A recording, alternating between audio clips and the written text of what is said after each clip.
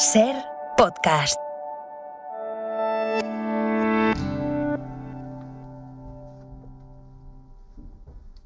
Should I just stay anytime? Okay.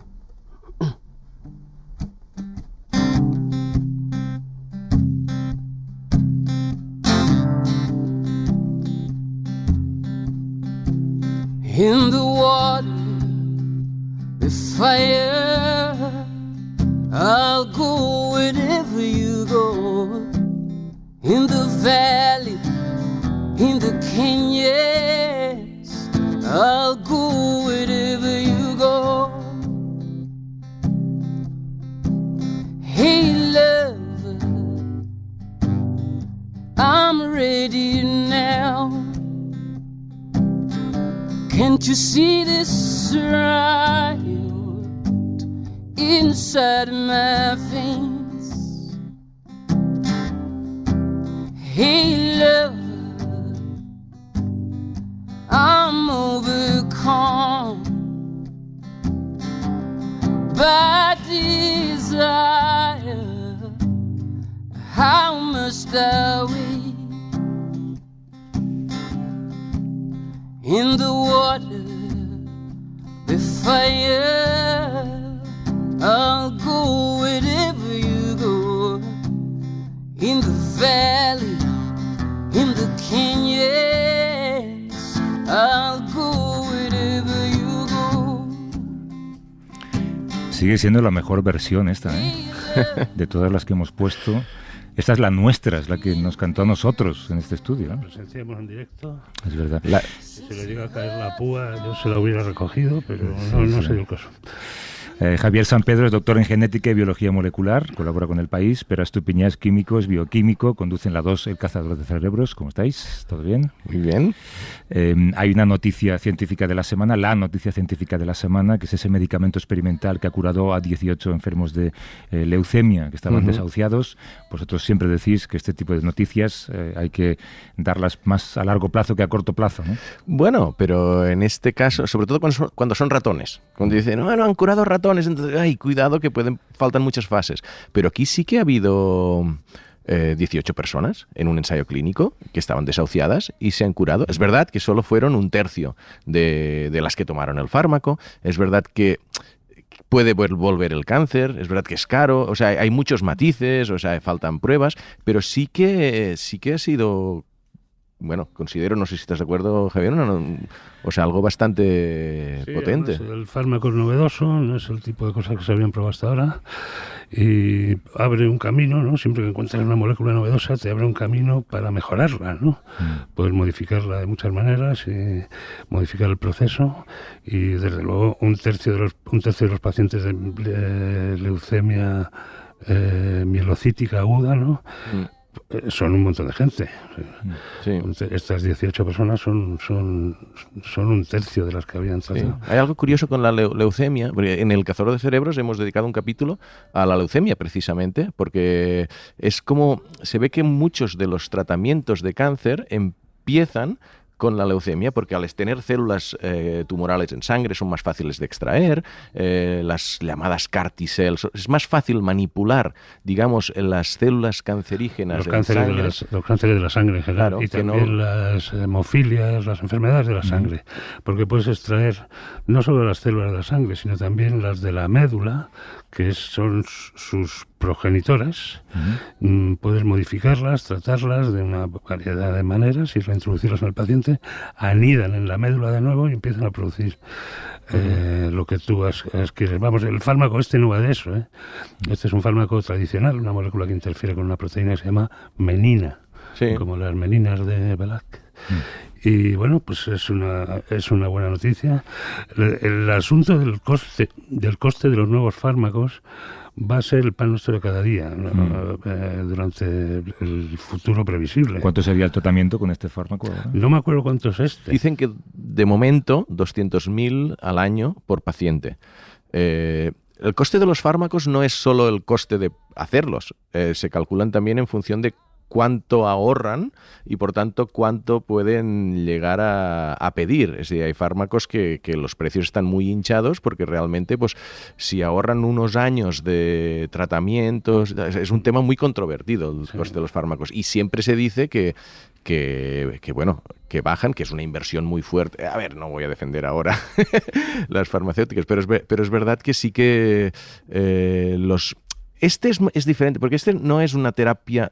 Las que van a ser muy caras son las terapias personalizadas, individualizadas, estas que te sacan tus propias células, las modifican y es un fármaco solo para ti. Este, como decía Javier, han descubierto que hay una proteína determinada, la menina, esta que está alterada, que es necesaria para que el tumor crezca, y dice, oye, ¿y si la desactivamos? Pues, y han visto que desactivándola pues inhiben el crecimiento de los tumores sanguíneos de este tipo concreto de leucemia, que posiblemente, y quizás hay personas que nos están escuchando con otras leucemias que no es un tipo muy concreto y muy agresivo de leucemia. Entonces, sí que no parece que tenga que ser de este tipo de fármacos que vayan a ser carísimos, pero bueno. Pero sí, es verdad, lo que tú planteas es que este es el debate, ¿no? Que no es qué medicamentos van a curar qué enfermedades, sino quiénes se van a permitir esos medicamentos cuando sean descubiertos. Bueno, ya lo hemos empezado a ver, ¿no? Que con hepatitis C, quizá fue el primero de ellos, un fármaco rompedor curaba la hepatitis C. Y era carísimo, hubo dudas de los sistemas de sanidad pública de si financiarlo, en concreto en España, y más en concreto en Galicia, por cierto, pero al final, pues claro, es que si la alternativa es que se mueran los pacientes, es que ¿cuál es el precio de eso, no? ¿Cuál es el precio de salvar una vida? Y esto va a ser el debate, fármacos cada vez más eficaces, para enfermedades ahora incurables y que van a ser carísimos.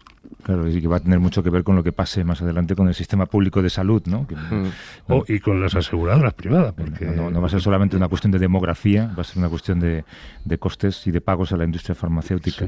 Sí. Otra noticia de la semana es que siguen abiertas las investigaciones sobre el origen de la pandemia de coronavirus. Hay un equipo internacional de expertos que ha encontrado datos genéticos de un mercado en Wuhan que vincula el coronavirus ahora a los perros mapaches. Esto no lo veíamos venir tampoco.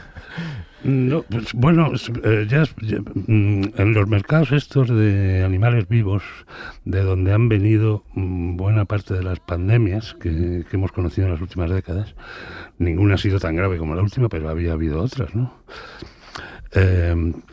Hay perros de estos, son una industria muy importante en China. El perro mapache son cánidos, o sea, pertenecen a la familia del perro y del zorro. Pero parecen un mapache, ¿no? Si les ves la cara parecen un mapache. Y se utilizan mucho para las pieles y se comercia con ellos en mercados de animales vivos. Hay el famoso mercado de Wuhan que se llama de mariscos, el mercado mayoritario de mariscos de Wuhan. En realidad no solo tenía mariscos, sino todo tipo de animales vivos y entre ellos los mapaches.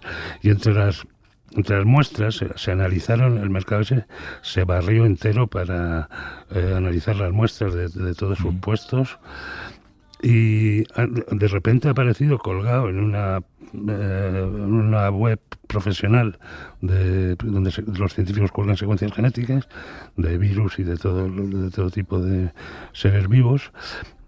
Apareció a principios de este mes unas muestras de estas obtenidas en enero de 2020 en Wuhan, en el mercado, que tienen tanto el ADN del perro mapache como el del SARS-CoV-2. No un precursor del SARS-CoV-2 como los que conocíamos en murciélagos, el SARS-CoV-2, el mismo que afectó a los humanos. Y en cuanto se dio cuenta una científica francesa, se lo bajó de inmediato, hizo bien porque... Antes de que alguien lo borrara. Que lo borraran al día siguiente. Lo borraron al día siguiente. Al día siguiente. Por fortuna, esta científica se había bajado las secuencias y bueno, pues las evidencias son esas. No, la política de China con esta cuestión está siendo de opacidad, de ocultación de datos y de poner trabas a las misiones de la ONU de la OMS, ¿no? De científicos de la OMS que han ido a obtener muestras y comparar resultados. Y mientras esto no cambie, va a ser difícil que encontremos al verdadero responsable, porque recordemos que en la misma ciudad de Wuhan, que es el foco de la pandemia, hay un laboratorio de virología que se dedica a trabajar con coronavirus de murciélago. Al que no han dejado entrar a nadie. Claro. A ningún investigador. Claro, ni han facilitado las... Es que es un trabajo detectivesco, ¿eh? O sea, es casi de película, porque aquí es lo que comentabas, han encontrado restos de coronavirus en la misma jaula que había perros mapache. Entonces ahora pasa a ser el sospechoso. Pero claro, tampoco sabes si fue antes o después. No es una evidencia clarísima de que este es el vector que contagió. Lo lógico sería hacer un gran barrido de la población de mapache que se usan en los mercados estos para ver qué tipo de virus tienen. Y hacer un análisis de cuál es su transmisibilidad a otros mamíferos, ¿no? Pero hacer esto en China, en cualquier otro lugar sería factible, pero en China es complicadísimo. Por lo que sea, complicado un poco ese esfuerzo, por lo que sea, ¿no? Sí. Oye, en el sector, digamos, de los estudios que hemos leído esta semana que tienen que ver con lo científico, pero es casi más con lo perceptual en este caso, ¿no? Había un estudio interesantísimo, que lo leímos en El País y luego también lo hemos escuchado, entre la diferencia que hay entre la edad que uno tiene y la edad que uno cree que tiene. Entonces, todos nos vemos o nos creemos que somos más jóvenes de lo que somos. Había un ejemplo muy gracioso de alguien que estaba en la cola para recibir la vacuna del coronavirus en su grupo de edad y pensaba, ¿qué hago yo con esta gente tan mayor? ¿No? Sí. Y todos en ese grupo pensaban exactamente lo mismo. Claro, yo creo que es que nos pasa, a mí me pasa también, y no sé si... Hay una parte de dismorfismo, ¿no? De que te ves diferente. Igual que hay personas que se ven más gruesas de lo que son, o otros, yo qué sé, ¿sabes? Pues que te ves más joven de lo que realmente... El espejo miente. Claro, o el cerebro, pero también... Cuando hablas en sociólogos que analizan, en el CSIC me acuerdo que hablé con una que analiza pues cómo están cambiando las percepciones de la edad, dice, hombre, es que eso de que los 50 son los nuevos 40, y sí que es algo de cierto, es decir, cuando te comparas... O sea, si te comparas con personas de tu misma edad y te ves más joven, hay algo de dismorfismo. Pero si comparas con generaciones anteriores, yo creo que muchas personas sí que están como un poco más en forma, y luego las costumbres, la manera de actuar, la manera de pensar, o sea, nada tiene que ver con unas generaciones anteriores. Entonces, igual... Tú mismo ves pues a tus padres o a tus abuelos y dices lo que hacían a tu edad. Lo mayor es que parecían a la edad. De hecho, alguien mencionaba, tú ves a Walter Matthau en primera plana y descubres que tenía igual 20, 30 años menos de los que tiene ahora Tom Cruise. Y parecía que trabajaba todos los días en la mina. Tenía la cara marcada por unos surcos, ¿no? Sí. Esto es real. Bueno, es que es verdad que cuando ves fotos antiguas de tus abuelos, estás viendo a una gente ya muy mayor y lo mismo tiene 40 años. Sí. Y parece que tiene 60 o 70. Pero es verdad que esta gente había llevado una vida muy machacada, ¿no? Habían pasado una guerra civil, la lucha contra las infecciones todavía no funcionaba bien, los hábitos higiénicos, sanitarios y dietéticos eran muy defectuosos. Claro, pues no era la misma vida que llevamos nosotros, ¿no? Dicho lo cual, pretender luchar contra la edad es como pretender que un burro se tire por un barranco, vamos, que es una va a hacer por vivir el burro, ¿no? Bueno, un día traemos a algún experto, yo no sé si sería en neurociencia quizá, para hablar de esto, o psicología quizá. Yo creo que sí, más psicosociología. Psicosociología, es un tema muy interesante. O un economista, que Tamames está ahora. Sí. Que valen para todo, ¿no? Sobre todo para algo que haya pasado, no algo que vaya a pasar. Para predecir el pasado. Sí. A ver si tenemos un rato al final para, si algún oyente quiere plantearos alguna duda o vuestra opinión sobre alguna historia, en el teléfono 638-855-349, es un número de WhatsApp, así que si quieren dejar una nota de audio o mandarnos un teléfono, llamamos de vuelta, 638-855-349. Para hablar con el invitado que tengo conmigo, vamos a poner una música especial.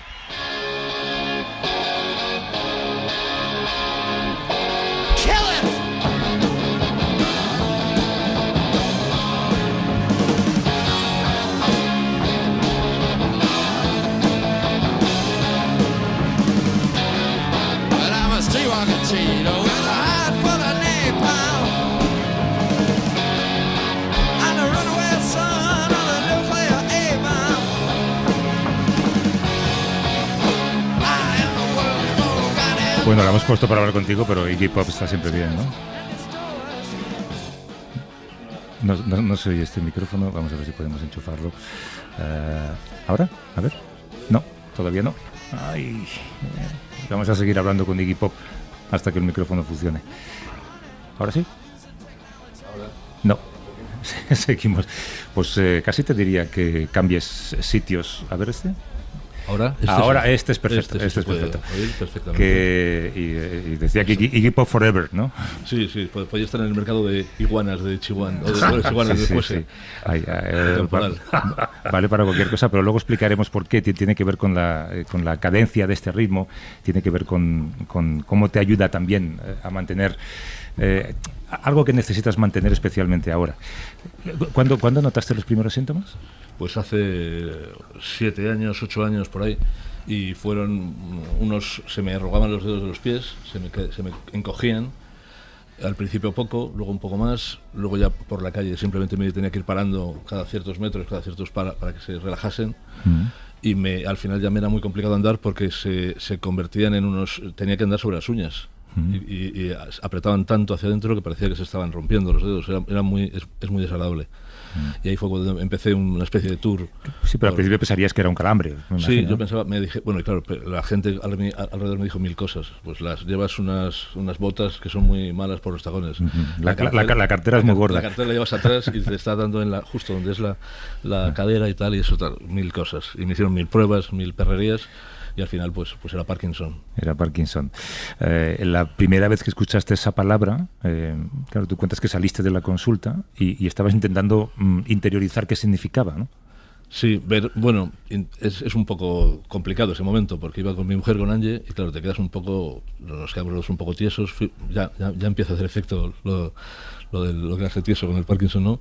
Y nos fuimos andando, no sabes qué hacer, y tardas unos días en asimilarlo todo. Yo lo que creo que hice muy bien es no empezar a mirar en internet Parkinson y hacer automedicaciones de estas, ¿no? Porque me hubiese vuelto loco con lo que luego ya vi con un poco más de información. Y bueno, fue por un lado fue duro y por otro lado, pues me aclaró el asunto, ¿no? Pero tú no sabías nada de la enfermedad cuando te dijeron Parkinson. Bueno, mi padre había tenido Parkinson y sabía que era duro, que era tal, pero no, claro, eso no tiene nada que ver a cuando lo pasas tú, a cuando te da a ti. Tú cuentas que, por ejemplo, para andar, hay veces que te recomiendan poner, yo qué sé, pues marcas de cinta aislante en el suelo o andar inclinado, que hay ciertas técnicas para no caerte, ¿no? Sí, hay técnicas para no caerte, algunas funcionan, otras no. Hoy he descubierto una un poco curiosa para, por ejemplo, cuando se me quedan arrugados por la mañana. No sé por qué razón me he puesto de rodillas en el suelo y los dedos se abren, se tranquiliza el pie, se relaja, una cosa que no puedo hacer de ninguna otra manera. Solo tengo que dejar que pase el tiempo y el pie se relaja. Si quiere relajarse con este sistema de rodillas, soy mi puesto y se me relaja solo. Lo he intentado un par de veces para ver cómo funcionaba y funcionaba. Claro, tú vas incorporando rutinas. Rutinas muy, muy personales, porque creo que cada uno tendremos nuestros trucos. En uno de estos torneos de ping-pong que voy, había un chico que llevaba una cuerda con una pelota de tenis y van dando pataditas a la pelota. Como si fuese un perrito, ¿no? Pues le da pataditas y van dando así. Sin la bola no podía andar. Bueno, trucos. Claro, y cada mañana que te levantas a lo mejor es un síntoma distinto y tienes que aprender a cómo combatirlo. Tanto como cada día un síntoma no, pero sí tienes... Bueno, lo de hoy es una solución que me ha venido, pero suelen ser putaditas pequeñas que cada día te van dando. Sí. Putaditas pequeñas. Ha contado mucho en cómo tú te has enfrentado a esta enfermedad y lo cuentas en tu libro, cómo has encontrado el apoyo de Angie, que era también la que te ponía los pies en el suelo, nunca mejor dicho, ¿no? Sí, Angie y Julia, mi hija, pues es imposible hacer todas estas cosas bien y sentirte no sentirte muy desesperado si no tienes una familia detrás, que te apoye y que te ayude, porque es complicado. Yo he leído el libro y me resulta curioso que nunca pareces haber estado al borde de la desesperación. O sea, no. Siempre maldices la enfermedad, ¿no? Sí, porque bueno, la enfermedad es como una montaña rusa.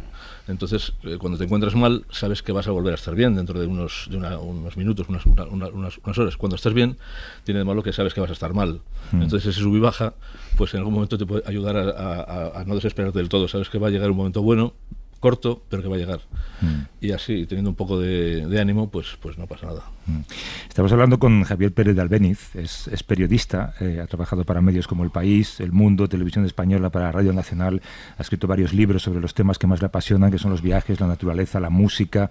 Suya es la primera biografía en español de Bruce Springsteen. Sí. Acaba de publicar un libro con Libros del Cao, se llama Los Reveses. Está muy bien escogido el título y ahora explicamos por qué, aunque ya has mencionado esa palabra, ¿no? Sí. Tengo que decir que tú y yo nos conocimos hace muchísimos años. Yo ya te leía en El País y te envidiaba cuando ibas a ver un concierto de, yo qué sé, de Bruce Springsteen a Berlín, por ejemplo, ¿no? Y leía tus crónicas y decía, joder, qué suerte tiene este tío, tiene el mejor trabajo de la historia, ¿no? No me envidiabas cuando salía del Bernabéu de ver a Julio Iglesias. Claro, porque te mandaban ir a ver. Claro, iba a Julio Iglesias y al día siguiente iba a ver a otro. Acabas cansadísimo de los conciertos, pero sí, era un buen trabajo para aquellos tiempos. Hace mucho tiempo ya, ¿eh? Crítico musical. Yo creo que llegamos a trabajar juntos en un programa de Wyoming. Sí. ¿Cuál era? La noche se mueve. La noche se mueve. La noche se mueve, sí. Y este libro, Los Reveses, cuenta cómo tú no solo descubres esa enfermedad, cuentas muy bien el proceso de los primeros días, la avalancha de pruebas, un médico, otro médico, nadie sabe lo que te pasa hasta que alguien te da esa palabra y te da ese diagnóstico, ¿no? Tu médica te recomienda varias cosas, entre ellas hacer deporte, y de repente tú encuentras un deporte. Bueno, no me lo recomendó, me dijo que solo había dos cosas capaces de frenar la enfermedad, la medicación y el deporte. Entonces no había duda. La medicación me la iba a dar ella. Sí. Bueno, te dijo más cosas, te dijo que dejaras de beber cerveza y eso costaba más. No me dijo que dejara de beber claro, la cantidad de cerveza que bebía. Y bueno, pues empecé a buscar. Yo he hecho deporte siempre, pero tenía problemas de ligamentos cruzados rotos, tendón de Aquiles roto, tenía muchos problemas físicos para hacer deportes complicados, duros. Y de repente surgió lo del el ping-pong en Talavera de la Reina, que es donde vivo, en un pueblo cerca. Había un equipo de ping-pong y me saqué una tarde allí a ver cómo era aquello. Sí. Y me quedé. Ahora vamos a contar cómo es ese periplo, pero me ha hecho mucha gracia cómo empieza el libro en un torneo de ping-pong en el que todo el mundo va con sus camisetas, con su nombre, y tú llevas una camiseta en la que pone que chorizos Paco o algo así. No, Catedritos Ibéricos. Ibéricos. Pues sí, yo llevaba una camiseta porque no pensaba que iba a hacer nada. Digo, es un campeonato del mundo de ping-pong para Parkinson y tal. Yo llevaba poco tiempo jugando, me llevé mi camiseta del club de Talavera para ponérmela en alguna foto o alguna cosa así. Y el primer día, como pasé al siguiente día, pues llegué al hotel, la camiseta era olía como una jaula de zorros y tuve que lavarla por la noche discretamente en la bañera, y tuve que lavarla algún día más. Porque van pasando los días. Te presentas en el club y alguien te dice, ¿tú qué haces aquí? No, ahí cabe todo el mundo. Entonces hay niños, hay gente mayor.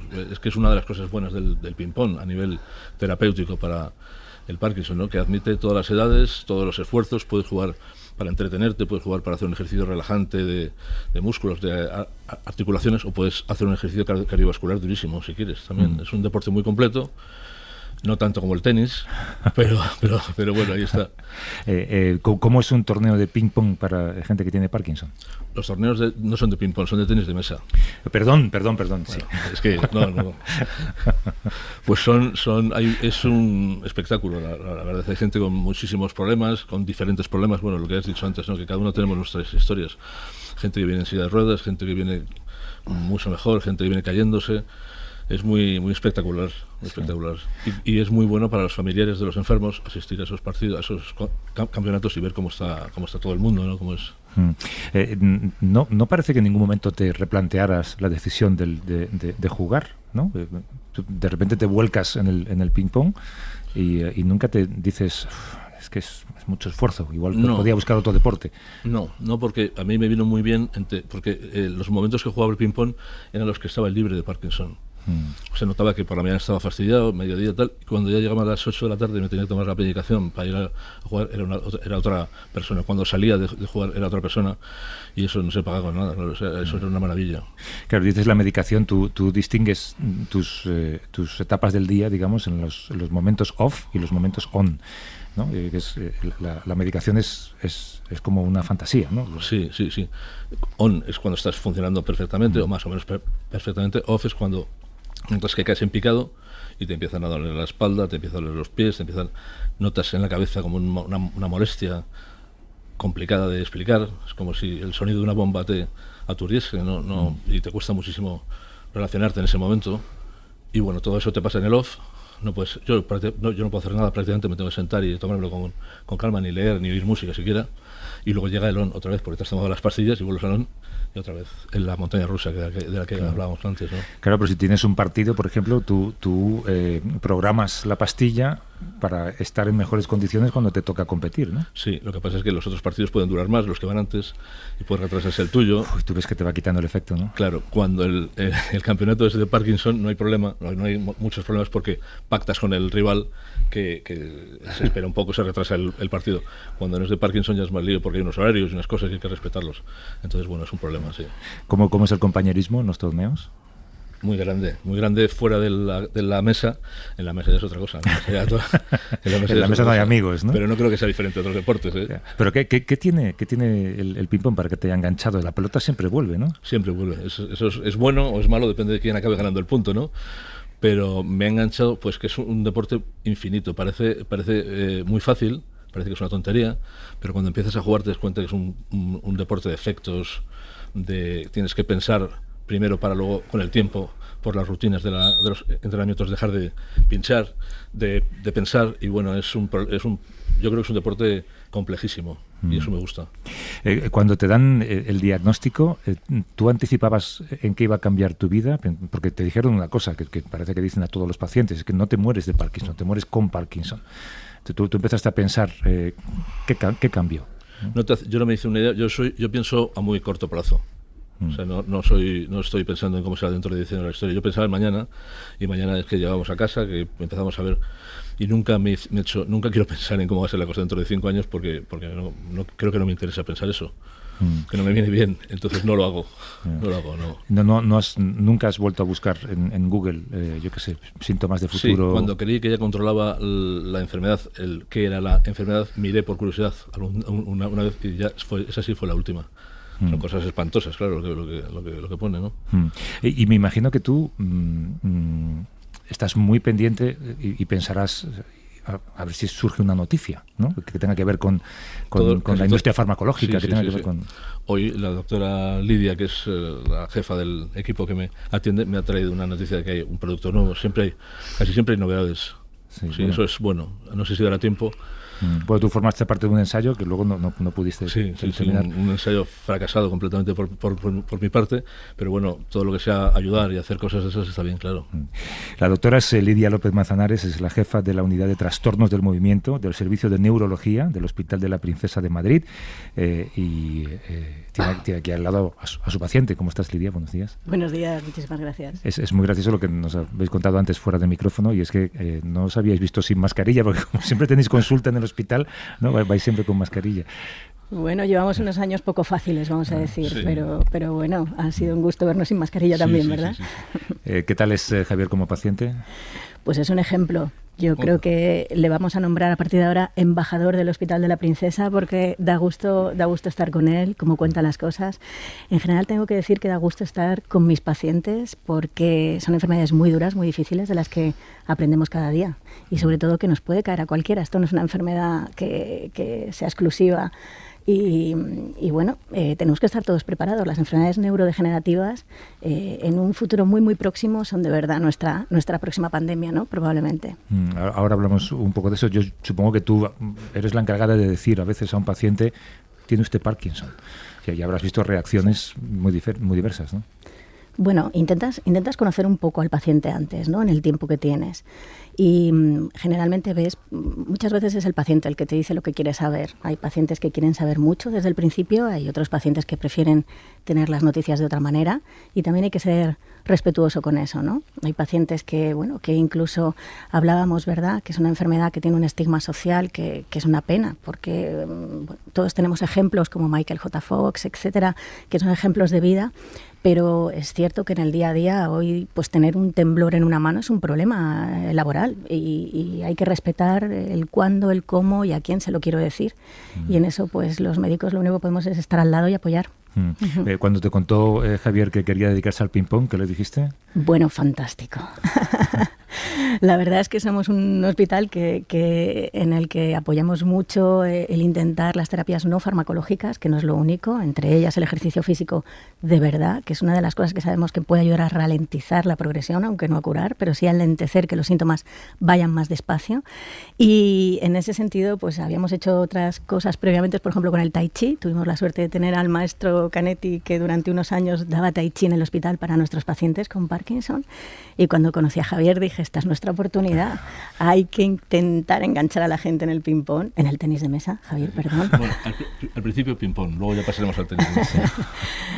Porque todo lo que sea ejercicio físico de verdad, no salir a dar un paseo, sino cansarse como mínimo media hora al día y que se nos acelere un poco el corazón es fundamental para esta y para otras enfermedades neurodegenerativas.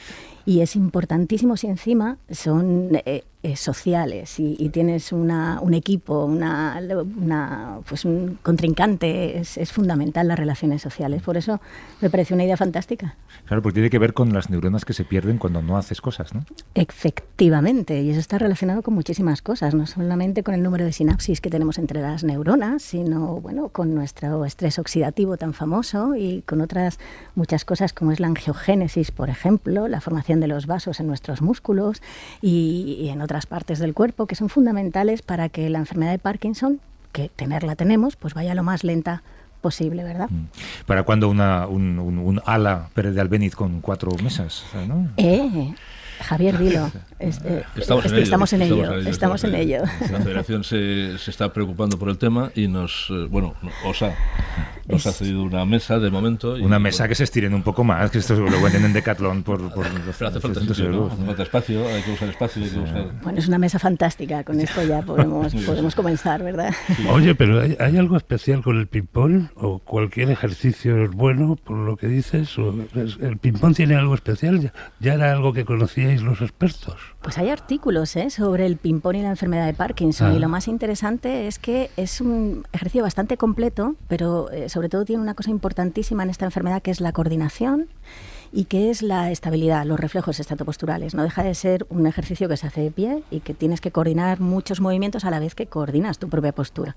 Y en eso parece que tiene un interés especial. O sea, y luego que es divertido. Yo creo que los deportes tienen que ser entretenidos para que puedas jugar. No es violento y puedes, lo que decía antes, puedes graduar tu intensidad de 0 a 10, ¿no? A cardiovascular a tope, haciendo viajes por ahí para competir o simplemente jugando con otro paciente en el hospital, ¿no? Espera, Javier, si queréis preguntar cualquier cosa. Sí, bueno, yo estaba escuchando y muchísimas preguntas, ¿no? Pero ¿la causa se sabe? O sea, es que el por qué, porque Javier decía que su padre tenía Parkinson, igual quizás hay algún componente genético, pero también se sabe que no será solo genético, se escucha que si el microbioma puede influir, o que si hay tóxicos o plaguicidas, o sea, ¿qué se conoce de estas causas? Pues efectivamente, sabemos que hay una carga genética en algunos pacientes más que en otra, pero no es lo único. Hay una serie de factores ambientales, como decías, y luego factores propios del individuo, ¿no? También están ahí incluido y muy de moda ahora, ¿no? La microbiota. Está claro lo que comemos. ¿Y la cerveza qué tiene que ver? La cerveza. Todo en su justa medida siempre es a positivo. O sea que la verdad es que hay algo que sí que quiero comentar, que es fundamental, no solamente en Javier, sino que ves mucho la diferencia cuando conoces a un paciente y dices, va a ir bien, no va a ir bien. Y es que aparte del punto del ejercicio hay otra cosa importantísima, que es el humor. El sentido del humor, el no perder ese sentido del humor es fundamental en el día a día. Ahí va la brillantez, ¿no? Muchas veces la inteligencia de la persona va en su sentido del humor y hay que hacer un esfuerzo, hay que hacer un esfuerzo día a día, constantemente, pero es primordial, ¿no? Y también hay muchas cosas escritas sobre esto. Y eso, perdona que insista, pero es que esto de la microbiota, a veces hablamos mucho de la microbiota, que es importantísimo. No sé, a veces tengo la sensación, y a ver si exageramos, y no hay para tanto. Realmente, las bacterias que tengamos en el intestino puede influir a que aparezca o a que progrese más rápido una enfermedad como el Parkinson. ¿Y cómo? Porque el mecanismo O sea, yo al final digo, a ver si nos estamos pasando con tanta importancia. Bueno, está claro que estas cosas van por modas, ¿no? Y ahora es el boom de la microbiota. Pero sí que es cierto que hay una base en todo esto, ¿no? Tenemos más genes en todos los bichitos que tenemos en nuestro cuerpo, no solamente el intestino, en la piel, etcétera, que los nuestros propios. Luego vamos a cuidar en tener una flora lo mejor posible, eso está claro. Hay una cosa muy curiosa en la enfermedad de Parkinson. La enfermedad de Parkinson es una sinnucleopatía, es decir, se acumulan un grupo de proteínas que se llaman sinnucleína. Otras enfermedades, por ejemplo, como el Alzheimer, es una taupatía, porque ahí es la proteína tau la más importante. Y en el caso de la enfermedad de Parkinson hemos encontrado que estos acúmulos en esos famosos cuerpos de Levy aparecen sobre todo primero en el núcleo olfatorio y en el núcleo dorsal del vago. El vago es el nervio que nos va a recoger toda esa sensibilidad de nuestro tracto digestivo, todas las terminaciones nerviosas. Y hay estudios, por ejemplo, hechos en animales de experimentación en los que haciendo una vagotomía, parece que la progresión de esta sinnucleína patológica frena y puede tener sentido a la hora de nuevas líneas de investigación en la enfermedad. Es decir, no parece que sea solamente un trayecto de ida, sino de ida y vuelta. ¿Cuál es el problema? Que tenemos una microbiota diferente, eso hace que tengamos más propensión a tener una enfermedad de Parkinson, o es que tenemos un cerebro diferente que hace que las bacterias que viven en nuestro intestino sean diferentes. Luego probablemente sean ambas cosas, ¿no? Y hay cosas en las que vamos a poder influir, como puede ser probablemente la alimentación, el ritmo de vida, etcétera, y otras en las que probablemente no, como puede ser a lo mejor nuestra carga genética, etcétera. Pero en cualquier caso tenemos que intentar de alguna manera llevar un ritmo lo más saludable posible para que al menos en cuanto que eso aparezca seamos capaces de frenarlo o disminuir su progresión todo lo posible. Es muy curioso lo de la microbiota, no es solamente una moda. Y yo creo que según vayamos aprendiendo más, es cierto que hay algunas floras que aparecen más en cierto tipo de patologías que en otras y que hay que investigar si probablemente controlando eso controlamos mejor la enfermedad. Oye, y sobre estos altibajos que contaba Javier, por ejemplo, a las 8 ya sabes que te puedes tomar la pastilla y te puedes ir a jugar al ping-pong, es un gran momento.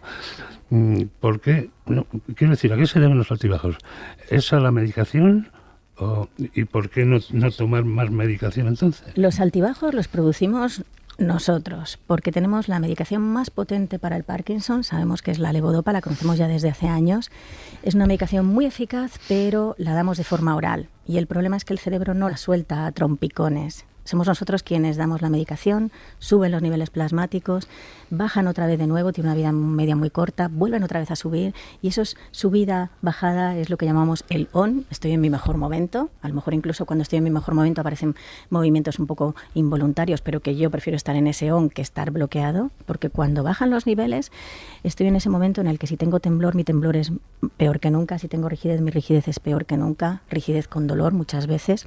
Entonces hay un artículo de hace ya muchos años del Neurology que habla de Jekyll y Mr. Hyde, ¿no? Porque a veces es como si fuera dos personas en uno mismo. En los momentos buenos estoy muy bien y en los momentos malos, pues es que a lo mejor no solamente es un problema motor, sino que incluso emocionalmente, conductualmente no soy la misma persona. Y eso es lo que intentamos evitar produciendo una estimulación dopaminérgica continua en el tratamiento. Eso es lo que llamamos terapias de segunda línea, en las que con perfusiones de fármacos o sobre todo con la estimulación cerebral profunda, que trabajamos en ella desde hace muchísimos años. Con electrodos, ¿no? Con electrodos conseguimos controlar muchos de los síntomas de la enfermedad. Ninguna de estas terapias cura ni frena la progresión, somos conscientes, pero al menos intentamos dar una buena calidad de vida mientras seguimos investigando en lo demás. Hubo grandes esperanzas puestas en la inyección de células madre o células progenitoras en la zona del cerebro que produce dopamina, ¿no? Sí, sí. El problema es que causaba cáncer, el tratamiento. Bueno, cuando se comenzó a utilizar las células madre, yo creo que había varios problemas. Uno de ellos es que eran células desde embriones y no se podían utilizar las células del propio paciente porque no sabíamos reconvertir y volver hacia atrás las células diferenciadas en células madre. Hoy día, desde los fibroblastos con las IPS, las propias células del paciente, somos capaces de convertir células maduras en células otra vez madre y de alguna manera esto ha sido un impulso importantísimo para la investigación. Hay otra cosa curiosa que ocurrió con esto de los trasplantes, ¿no? Y es que después de unos años, después de 10 años, por ejemplo, de haber hecho estas terapias, el paciente, pues por lo que fuera, fallecía, se estudiaba qué pasaba en esos trasplantes y se vio que esas células que tenían 10 años de vida tenían también sinucleína. Es como si esa sinucleína hubiera pasado como una forma prion-like, ¿no? Como si hubiera pasado de una célula a otra. Luego se sigue investigando mucho y sigue siendo una línea importantísima, pero igual que esa tenemos otras muchísimas más para intentar ir contra esa sinucleína patológica que se acumula y que parece que tiene mucha relación con los síntomas de la enfermedad, ¿no? ¿En dónde está España en esa línea de investigación y en cualquier otra línea de investigación? ¿Estamos bien situados? Pues en investigación básica tengo que decir que tenemos gente espectacular, pero que no tenemos recursos. Eso ya es más que sabido, ¿no? No invertimos lo mismo en investigación que en otras cosas y, por desgracia, los médicos sin los básicos no somos nadie. Entonces, para nosotros es fundamental. Respecto a la investigación clínica, los ensayos clínicos, entramos dentro de lo que llaman en Europa los Big Five, o sea, que trabajamos muy bien. Creo que los investigadores que intentamos compatibilizar la labor asistencial con la investigación clínica en los ensayos clínicos, cada vez lo hacemos mejor, cada vez intentamos trabajar de una forma más profesionalizada en eso para poder ayudar todo lo que se pueda, porque cada vez son más complicados y tienen más burocracia los ensayos clínicos, pero dentro de estos 5 países somos de los mejor valorados y eso es una cosa en la que tenemos que tener mucho orgullo porque es por nuestros pacientes, que son los que los hacen. Pero ensayos clínicos de fármacos posiblemente de empresas de fuera, no empresas de aquí, porque al final quien se queda, digamos, el retorno económico, todo eso, o sea, está muy bien ser líderes en ensayos clínicos, sería ideal si fuera de algún fármaco desarrollado aquí con una empresa de aquí que tuviera impacto internacional también. La ciencia es un empeño internacional y la parte de los ensayos clínicos es fundamental. Sí, ¿no? pero... Así que, bueno. Estabais hablando antes, perdonad, del precio de los fármacos, ¿no? Sí. Está claro que hoy día si tienes un hijo con una leucemia, nadie nos podemos permitir pagar un tratamiento de 500.000 euros, ¿no? Esto está claro que tiene que ser algo entre todos. Está claro que la industria farmacéutica no son hermanitos de la caridad, son gente que invierte muchísimo dinero, yo entiendo esto, pero también de alguna manera tenemos que empezar a tener otro tipo de políticas con los fármacos, quizá más de gasto compartido o de valor añadido del fármaco. Quizá un laboratorio no puede bajar el precio de su fármaco, pero quizás sí que puede de alguna manera aportar algo más, ¿no? Una enfermería especializada, etcétera, y eso puede ser una ayuda muy a positivo, yo creo, ¿verdad? Oye, antes decía al principio, porque solemos guardar unos minutos para llamadas de los oyentes, y claro, nos llama gente que quiere hablar contigo, Lidia. Encarna de Orihuela, ¿cómo estás, Encarna? Buenos días. Sí, hola, buenos días. Un poco nerviosa y muy temblorosa. Yo tengo temblor esencial. Me hace mucha gracia, me aprendí de memoria desde bien jovencita, es temblor esencial de carácter benigno de origen desconocido, pero ahora me invalida mucho mi día a día. Pues salir a comer, en la voz, en fin, una serie de cosas. Y me han propuesto operarme, pero tengo pánico de que me manden rayos láser, como digo yo, al cerebro, o que me abran el cerebro para implantarme el chip de Bill Gates, que no me sale. Pues nada más, solo muchas gracias y ánimo. Gracias. Bueno, muchísimas gracias por llamarnos, la verdad. Yo siempre digo lo mismo, y es la relación con los pacientes tiene que ser de mutua confianza, porque si no, no funciona nada. Entonces, si le han propuesto esta terapia es que probablemente la conocen desde hace tiempo, han probado un fármaco, otro fármaco, están viendo cómo su calidad de vida se va mermando y a nadie le operamos porque sí, ni se le ponen electrodos de primeras. Esto es algo con unos criterios muy básicos, muy bien fundados y yo desde luego la animaría si se lo han propuesto, porque se le abre una opción terapéutica fantástica. Igual se lo tenían que explicar un poco mejor. Sí, igual alguien no lo ha explicado con la contundencia que debería, pero fíjate, yo antes cuando decías tú, Lidia, lo de el carácter y el humor de los pacientes, leí hace poco un libro de un médico que tenía que transmitir a sus pacientes que tenían cáncer y se daba cuenta de que no salían de la consulta sin saber que tenían cáncer, porque no pronunciaba esa palabra, porque daba muchos rodeos, ¿no? Pero claro, al final sois protectores también, ¿no? Sí, pero es cierto que cuando tú trabajas día a día con una enfermedad, no eres a veces muy consciente de que a lo mejor esa persona no ha oído nunca de qué va esto, ¿no? Y lo primero que tiene es la imagen de la tele, o me va a pasar lo que al Papa me decían, ¿no? Hace años, o me va a pasar lo que... Entonces, bueno, hay que poner los pies en la tierra y decir, esto no va así. Hay veces que incluso en la consulta, ¿no? Pues tenemos pacientes, hacemos talleres con los pacientes y presentamos unos a otros, por ejemplo, con las cirugías, y es bueno que a veces cuente uno la experiencia desde alguien que le pasa lo mismo, ¿no? No solamente desde su... Bueno, ¿el próximo partido cuándo es? ¿O el próximo torneo? El próximo torneo, tengo una semana de entrenamiento en Alicante, con unos entrenadores suecos que vienen y voy a estar una semana en Alicante entrenando solo, perfeccionando golpes y tal. ¿La cerveza de después del entrenamiento? Eso es gloria bendita. Y el otro día dije una cosa que me arrepentí luego un poco, pero no, lo voy a decir otra vez. Me da la sensación de que me hace más efecto la medicación, las pastillas, con una pinta que con agua. Si lo dicen todos los prospectos, el alcohol exagera los efectos de esta medicación. Quiero pensar que es por la burbuja, o algo así, no puede ser. A ver, Javier, no podemos apoyar aquí esto de esta manera. No he dicho nada, estoy confundido. No, ahora en serio, creo que es fundamental creer en los médicos que tienes. O sea, si confías en ellos, yo no tengo necesidad de mirar nada en internet, lo que estábamos hablando antes. Hay que fiarse, y yo lo que me digan ellas lo voy a hacer siempre. Tú has hecho, Javier, tienes una vida periodística tremenda, has viajado por todo el mundo, has escrito crónicas fantásticas, has ido a los mejores conciertos.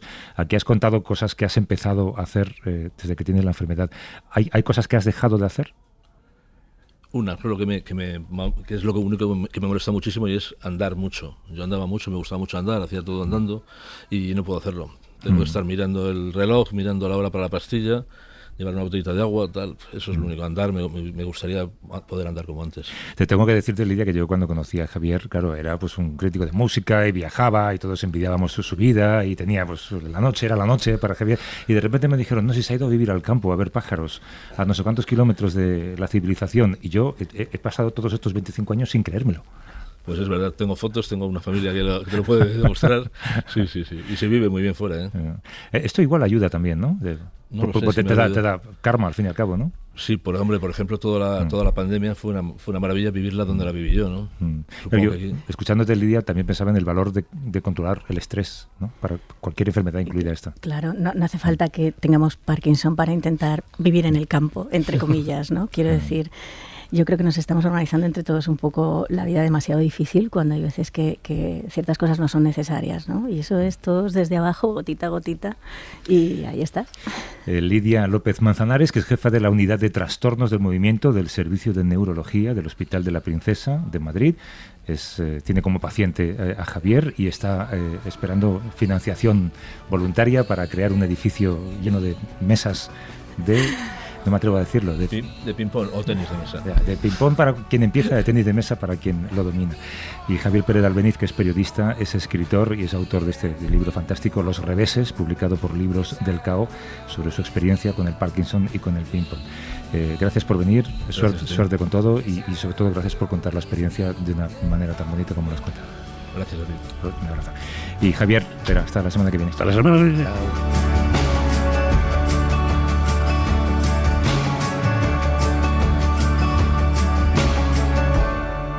Para no perderte ningún episodio, síguenos en la aplicación o la web de la SER, Podium Podcast o tu plataforma de audio favorita.